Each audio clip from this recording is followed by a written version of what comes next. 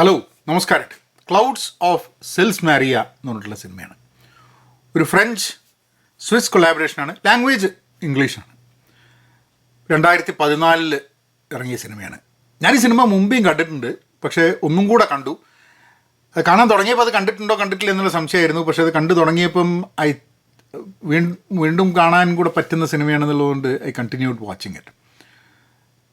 Christian Stewart and Juliette Binoche രണ്ടുപേര്. Kristen സ്റ്റുവാർട്ടിൻ്റെ Twilight സാഗയിലൊക്കെ അഭിനയിച്ച പെൺകുട്ടിയാണ് Kristen Stewart. Juliette Binoche Chocolat എന്ന് പറഞ്ഞ സിനിമയിൽ അതേമാതിരി സർട്ടിഫൈഡ് കോപ്പി എന്നൊക്കെ പറഞ്ഞ ഒരു ഗംഭീര നടിയാണ്. ഞാൻ പലപ്പോഴും പറയാറുണ്ട്, എന്നോട് ഏറ്റവും ഭംഗിയുള്ള സ്ത്രീ ആരാന്ന് ചോദിച്ചു കഴിഞ്ഞിട്ടുണ്ടെങ്കിൽ ഞാൻ ജൂലിയറ്റ് ബിനോച്ചെ എന്നാണ് പറയാം. അത് അവരുടെ സിനിമകൾ കണ്ടിട്ട് അവരുടെ സിനിമകളോടുള്ളതും അവരുടെ അഭിനയത്തോടുള്ള ഒരു ആരാധനയും ഒക്കെ കൂടി കലർന്നിട്ടായിരിക്കാൻ മതി. എന്നെ സംബന്ധിച്ചിടത്തോളം ഏറ്റവും നന്നായിട്ട് അഭിനയിക്കുന്ന, ഏറ്റവും കാണാൻ എലഗൻ്റായിട്ടുള്ള ആ ക്യാരക്ടേഴ്സിനെ ഗംഭീരമായി പോർട്രേ ചെയ്യുന്ന ഐ തിങ്ക് അങ്ങനെ ഒരു ആർട്ടിസ്റ്റാണ് ജൂലിയറ്റ് ബിനോച്ചെ. സിനിമയുടെ ഒരു പ്ലോട്ട് എന്ന് പറഞ്ഞു കഴിഞ്ഞാൽ, Juliette Binoche is a ageing actress. വളരെ ഫേമസ് ആക്ട്രസ് ആയിരുന്നു, പക്ഷെ ഇപ്പോൾ ഇവർക്ക് പ്രായമായി. അപ്പോൾ അവരുടെ അടുത്തൊരു ഡയറക്ടർ വരികയാണ്. അവർ 20 വർഷം മുമ്പേ അഭിനയിച്ച ഒരു നാടകം. അപ്പോൾ അതിൽ 2 ലെസ്ബിയൻ ക്യാരക്ടേഴ്സിൻ്റെ നാടകമാണ്, ഹെലീന ആൻഡ് സിഗ്രിഡ്. ഹെലീന പ്രായമായിട്ടുള്ളൊരു സ്ത്രീയാണ്. ഹെലീനയുടെ അണ്ടറിൽ വർക്ക് ചെയ്യുന്നതാണ് സിഗ്രിഡ്. അപ്പോൾ 20 വർഷം മുമ്പേ ജൂലിയറ്റ് ആ സിഗ്രിഡിൻ്റെ റോളാണ് ചെയ്തിരുന്നത്. ഇപ്പം അവരെ ഒരു ഡയറക്ടർ സമീപിച്ചിരിക്കുകയാണ്, വീണ്ടും ആ നാടകം അരങ്ങേറുമ്പോൾ ഹെലീനയുടെ റോള് അവർ ചെയ്യാൻ പറ്റുമെന്ന് വെച്ചിട്ട്.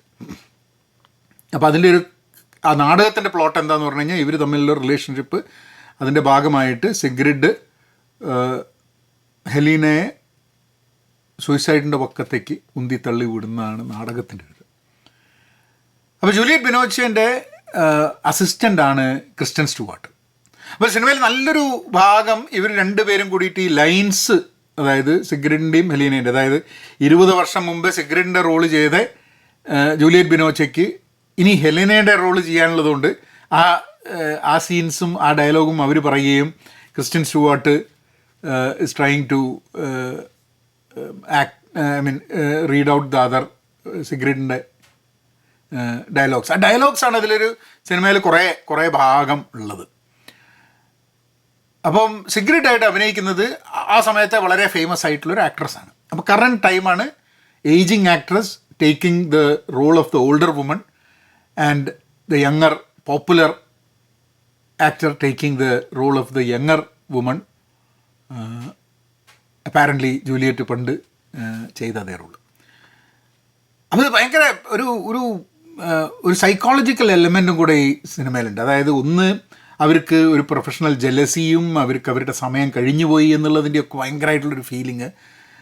അതേസമയം അവരുടെ ഈ ഡയലോഗുകൾ പറഞ്ഞുകൊണ്ടിരിക്കുമ്പോൾ അവർ ഒരു അസിസ്റ്റൻറ്റും തമ്മിലുള്ളൊരു ബന്ധം, അങ്ങനെ കുറേ സംഭവങ്ങൾ അതിൻ്റെ ഉള്ളിൽ വരുന്നുണ്ട്. ആൻഡ് അത് വളരെ മനസ്സിരുത്തി സമയമെടുത്ത് ആ സിനിമ കണ്ടു കഴിഞ്ഞിട്ടുണ്ടെങ്കിൽ അങ്ങനത്തെ സിനിമ ഇഷ്ടപ്പെടുന്ന ആൾക്കാർക്ക് ചിലപ്പോൾ ഇഷ്ടപ്പെടാൻ സാധ്യതയുണ്ട്. ഞാൻ രണ്ടാമതും കണ്ടിട്ടും എനിക്ക് I enjoyed every bit of that movie എന്നുള്ളതാണ്. Clouds of Sils Maria.